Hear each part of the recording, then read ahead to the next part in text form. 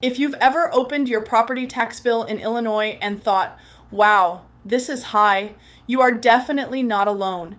It's one of the most common frustrations I hear from homeowners. And today, I'm going to break down exactly why property taxes in Illinois are higher than in many other states, and what that means for you if you own a home here in Adams County. I'm Jackie Weisenburger, a full-time real estate broker right here in Quincy, Illinois. I work with buyers and sellers across Adams County every day, and property taxes are always part of the conversation, especially for those relocating from out of state or retirees watching their budgets closely. So let's talk about what's really behind those high numbers. First, let's get to the big picture.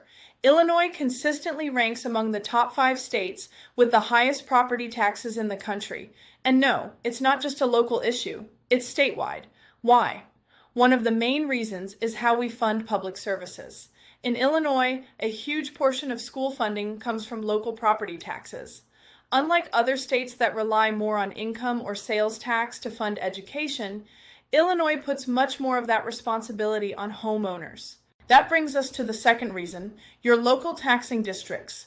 In Adams County, your property tax dollars are divided between schools, libraries, the county, townships, fire protection districts, and more. Each of these entities submits a budget request, called a levy, and those requests determine your overall tax rate. So even if your home's assessed value stays the same, if your school district or township increases their levy, your bill can still go up. Third, we have limited state funding for local services. In some states, local governments get more help from the state budget to cover things like infrastructure or public safety. But in Illinois, that funding is relatively low, which puts more pressure on property taxes to fill the gap. So if you've ever wondered why your tax bill keeps rising even when your neighborhood hasn't changed much, it often has less to do with your house and more to do with what's happening in your taxing district. Now, here's a myth I want to clear up. Just because property taxes are high doesn't always mean your home is overassessed. Sometimes your assessment is accurate, but your tax rate is the problem. That's why it's important to look at both parts of your bill. I've helped many homeowners understand whether the issue is their home's valuation or just the growing rates being applied.